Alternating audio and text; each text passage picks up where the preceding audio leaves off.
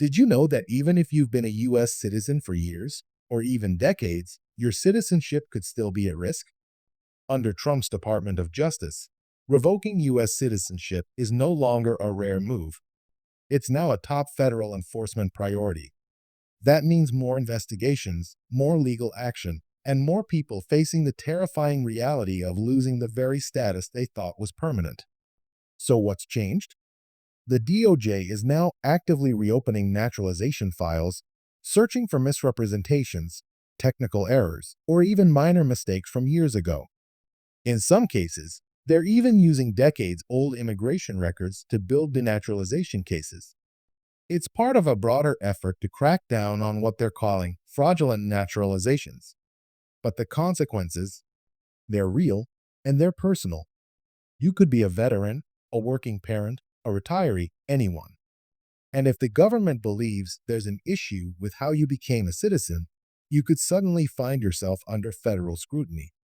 We're talking about court battles, the threat of deportation, and the loss of everything that being a U.S. citizen provides: voting rights, protection from removal, access to benefits, and peace of mind. In this video, we're diving deep into what's really going on, who's at risk, and what you need to watch out for. So, if you're a naturalized U.S. citizen or know someone who is, this is one video you absolutely need to watch from beginning to end. Hit that like button right now so more people can get the facts and stay informed in these rapidly changing times. Let's get into it. Now let's break down exactly what's going on, because this isn't just a headline or a political talking point. This is real, it's happening right now, and it could affect families, friends, and neighbors all across the country. Under the Trump administration's renewed immigration priorities, the Department of Justice has made one thing clear: revoking U.S. citizenship is no longer an obscure legal tool. It's now front and center in federal enforcement strategy. This policy shift is part of a broader move to toughen immigration laws and processes. But here's the thing: most Americans, even naturalized citizens themselves, have no idea how fragile their status can become under this system. You'd think that once you're a U.S. citizen, you're in the clear, right? You've passed the test, taken the oath, waved the flag, and maybe even voted in multiple elections. But the truth is, for many, that sense of security might be more fragile than it appears. The Trump-era DOJ has reactivated something called the Denaturalization section. Yes, that's a real division within the government. And their entire purpose is to investigate and initiate cases to strip people of their citizenship. They're reviewing thousands of naturalization files, hunting for any signs of fraud, omission, or misrepresentation. And that doesn't necessarily mean criminal fraud. Sometimes it could be something as minor as forgetting to disclose a traffic ticket, or a mistake made by an interpreter years ago that was never even your fault. Imagine living your life for 20 or 30 years as a proud American citizen. You've worked, paid taxes, built a home, raised children.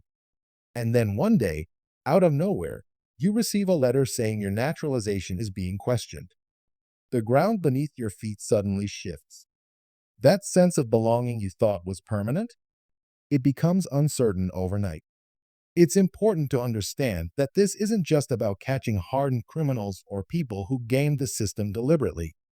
While the DOJ says they are targeting cases involving serious fraud, such as individuals who concealed past crimes or terrorist affiliations, in practice the scope can be much broader. And here's where it gets even more complicated: naturalization documents go back decades. Some of the records being scrutinized were filed using outdated forms, processed under less accurate systems, or handled by immigration officers who might no longer even be in the department. And it's not just limited to people who recently became citizens. In some cases, individuals who were naturalized 30 or even 40 years ago have found themselves under the microscope. Some of them barely even remember the details of their immigration paperwork. Can you imagine trying to defend yourself based on documents from when you were a teenager, or when someone else filled out the paperwork on your behalf? Now, from a legal standpoint, revoking citizenship is supposed to be reserved for extreme cases. But with the DOJ placing a stronger emphasis on enforcement, the boundaries of what qualifies as fraud are being tested. One of the biggest concerns among legal experts is that this trend opens the door to selective enforcement. If the government wants to target someone for political, religious, or cultural reasons, it's now easier than ever to dig through years of paperwork and look for inconsistencies. This has raised serious alarms across civil rights groups, legal advocacy organizations, and even within parts of the legal system itself. The fear isn't just about what's happening now, but what kind of precedent it sets. Once you normalize revoking citizenship after the fact, even in small numbers, you begin to introduce an element of fear and instability into communities that should feel safe and protected. Naturalized citizens aren't second-class citizens. That's the promise the United States has always made. But these DOJ actions can make it feel like there are two tiers of citizenship: those who are born into it, and those who can have it taken away if someone in the government decides to review their file. And let's not forget the ripple effects this has. People start to live in fear. Some may stop renewing their passports.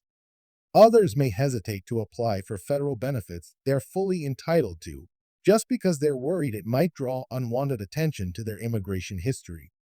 We've even seen cases where people are afraid to speak out or protest because they don't want to be seen as un-American in the eyes of immigration authorities. That's not freedom. That's not the American dream. If you're watching this and you're a naturalized citizen, or if your parents or loved ones are, here's what I want you to take away. It's time to be informed and proactive. Start by making sure you have a complete copy of your naturalization documents.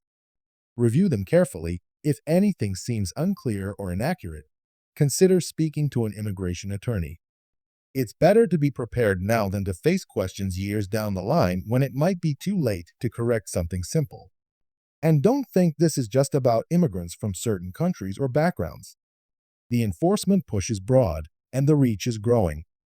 The Trump DOJ has already stated that this is just the beginning, and they intend to expand the number of cases they investigate every year. That means more resources, more staff, and more files being combed through, all in the name of national security and immigration integrity. Of course, it's important to ensure that citizenship is granted lawfully, and no one is arguing that fraud should be overlooked. But what's concerning here is the intensity and the scale of the crackdown. When enforcement becomes more about numbers and headlines than about justice and fairness, that's when innocent people can get caught in the crossfire. And here's the most ironic part. Many of the people being targeted by these denaturalization cases are the same folks who embody what American values are all about: hard work, patriotism, family, community. They've done everything right. But now they're being treated like suspects in a system that's supposed to protect them. This is why staying informed matters more than ever. Because knowledge is power, and silence is not an option. When policies like these are rolled out quietly, it's easy to think, that won't affect me. But the truth is, these enforcement shifts don't come with flashing lights or breaking news banners. They happen slowly, case by case, until one day they come knocking on someone's door, and that someone could be someone you know, or even you. So please, don't underestimate how important it is to stay involved. Talk to your family, your community leaders, and yes, even your representatives. Because the more voices we raise, the more attention we bring to these issues, and the harder it becomes for them to be ignored. And before we move into the next section of this video, here's something you can do that takes just 1 second, but makes a huge difference. Hit that like button. When you do, it tells YouTube's algorithm that this topic matters, and it helps us spread this important information to even more people who need to hear it. We're going to keep unpacking this issue, what you can do if you're at risk, how to protect your citizenship, and what this trend might mean going forward. So stick with me, because this conversation is just getting started.